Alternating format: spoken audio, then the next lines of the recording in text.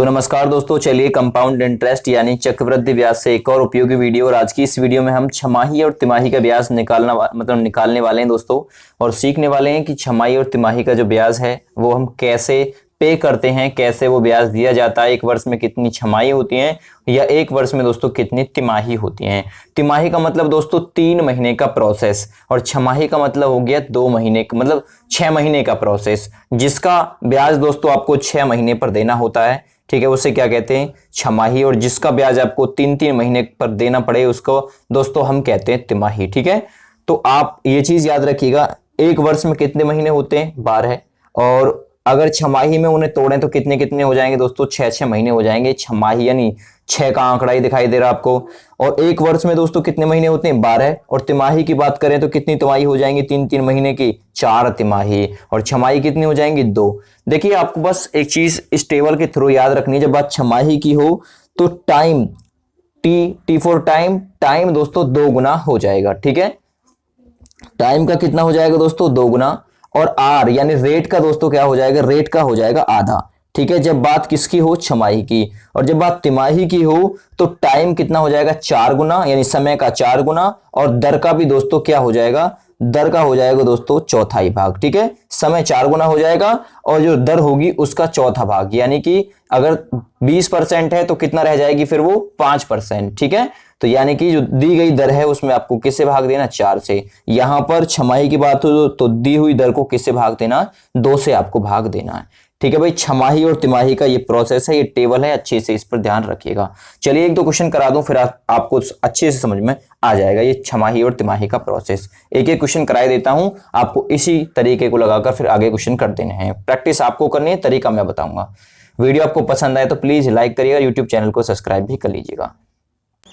तो दोस्तों सबसे पहला क्वेश्चन देखिए, 3000 का 20% की दर से 1.5 वर्ष का चक्रवृद्धि ब्याज क्या होगा, जबकि जो ब्याज की दर है अर्धवार्षिक छमाही मतलब छमाही में हो। तो यहां पर अभी मैंने आपको बताया था, देखिए, यानी कि P4 प्रिंसिपल कितना हो गया इसका, 30,000, 3,000 नहीं दोस्तों, 30,000 रुपए। R4 रेट कितना हो गया, रेट हो गया 20%।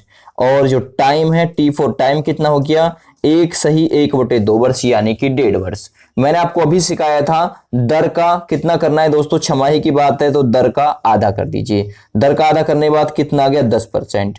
और जो समय है इसका कर दीजिए, मतलब इसमें आप 2 से क्या कर दीजिए दोस्तों, मल्टीप्लाई कर दीजिए। ये कितना हो जाएगा, 3 वर्ष। कहने का मतलब अब आपको ये प्रोसेस करना किस टाइप से, बहुत ही आसानी के साथ में, आसान तरीके से दोस्तों मैंने आप सभी को ये बताया है। देखिए आपको करना क्या है, अभी जो 30,000 की राशि दे रखी है इसे अब कितना रहेगी दर, 10%। तो 100 में जोड़कर ऊपर 110/100 गुना भाई 110/100, और 3 बार तक करना है, क्योंकि आपको कितना आया, 3 आया वर्ष में जब निकाला है, तो 110/100। ये जीरो ये खत्म होगी इससे, ये इससे खत्म हो गई। ठीक है, अब कितनी जीरो और खत्म होनी है, 3। तो 1 2 3 1 2 3। ठीक है, जब 11 और 11 की आप मल्टीप्लाई आपस में करेंगे तो कितना आता है आपको याद होगा, तो 11 का क्यूब बोलते हैं 1331 को, और इससे 30 की आपको कर देनी है मल्टीप्लाई। तो कुल मिलाकर उत्तर आएगा आपका 39,930 रुपया। ठीक है, 39,930 रुपया आपका क्या आ गया दोस्तों, जो आपसे पूछा है चक्रवृद्धि ब्याज। ठीक है, वही आपका आ चुका है 39,930 रुपया। जब जो ब्याज है छमाही की दर में दिया हुआ हो तो भाई इस टाइप से निकलेगा, जैसे कि सामने निकाल के बताया है। चलिए अगला क्वेश्चन करा रहा हूं आपको, बहुत ही इंपॉर्टेंट क्वेश्चन है। तो दोस्तों सवाल नंबर 2 है, 8,000 का 40% की दर से 6 माह का ब्याज आपको निकालना है, जबकि ब्याज की जो दर है वो तिमाही दे है। ठीक है, तिमाही दे है। तो आपको करना क्या है, देखिए P4 क्या हो गया, प्रिंसिपल आपका दे रखा है 8,000 रुपए। R4 रेट यानी कि रेट दे रखा है 40% का। और आप यहां पर याद रखिए, यानी T4 टाइम है वो दे रखा है 6 माह। देखिए मैंने आपको बताया था जब बात तिमाही की हो तो जो समय दिया हुआ हो उसमें आपको 4 से क्या करना है, मल्टीप्लाई कर देना। तो ये 24 आपके माह हो जाएंगे। और जो दी गई दर है, दर को आपको क्या करना है, दर को आपको 4 से भाग दे देना है। जब बात तिमाही की हो तो कितना रहेगी, 10% की दर रहेगी। बस कर दीजिए प्रोसेस। 24 माह में कितने वर्ष हो गए? 2 वर्ष हो गए। बस आपको ये चीज याद रखना है। ये बहुत ही आसान तरीका इसका है दोस्तों।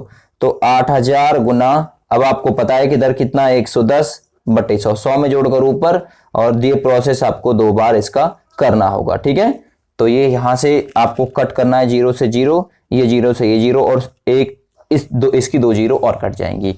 तो 11 11 कितने हो गए दोस्तों आपके? 11 11 121 हो गए। और 121 की जब दोस्तों आप इससे मल्टीप्लाई करेंगे, देखिए इसकी मल्टीप्लाई करिए, कितने हो गए? 11 11 121 गुना 80 जब आप करेंगे तो कितना आएगा? 8। ठीक है, और 8 दूना 16 का 6 हासिल 1, 8 1 8 और 1 9, यार एक 0 लगा दीजिए बाद में। तो बिल्कुल आपका राइट आंसर क्या आ गया? राइट आंसर आ गया आपको दोस्तों 9680 रुपये। ठीक है, तो इस तरीके से जब आपको तिमाही में पूछा जाए तो भाई तिमाही में आपको जो दिया गया रेट है उसे आपको 4 से भाग देना है, और जो दिया गया समय है उसको आपको 4 से गुना कर देनी है, और ये जो सेम प्रोसेस है वो अप्लाई कर देना है। इस तरीके को लगाकर बहुत ही आसानी के साथ में आप सॉल्व कर पाएंगे क्वेश्चन। चलिए एक और क्वेश्चन रहेगा इस वीडियो का, अंतिम क्वेश्चन। तरीका मुझे बताना है, प्रैक्टिस आपको करनी है। तो दोस्तों जो तरीका अब मैं बताने जा रहा हूं, इस पर मैं कई सवाल आपको करा चुका हूं। चक्रवृद्धि ब्याज की दर से कोई धनराशि 5 वर्ष में 2 गुनी हो जाती है, तो ये 8 गुनी कितने वर्ष में हो जाएगी? तो जब गुनी की बात चल रही थी तो आपको क्या करना था? एक तरफ लिखना था वर्ष, दूसरी तरफ गुना। ठीक है भाई, तो 5 वर्ष में कितना हो रही है? 2 गुनी, और ये पूछा है कि 8 गुनी जो है कितने वर्ष में हो जाएगी। तो मैंने आपको तरीका बताया था, ये जो दी गई संख्या है नीचे वाली, इसे ऊपर वाली के फॉर्म में तोड़िए। ऊपर वाली 2 है, तो इस 8 को जब हम तोड़ेंगे, 2 दूना 4, 4 दूना 8, हमने तोड़ लिया। तो हमें कितनी बार तोड़ना पड़ा? 1 2 3, तो जितनी बार तोड़ना पड़ा बस उतनी की गुना कर दीजिए, यानी कि 15 वर्ष। तो यही दोस्तों आपका क्या आ गया? आंसर आ गया। वीडियो आपको कैसी लगी मुझे फीडबैक में जरूर बताएं। फिलहाल के लिए थैंक यू एंड बाय।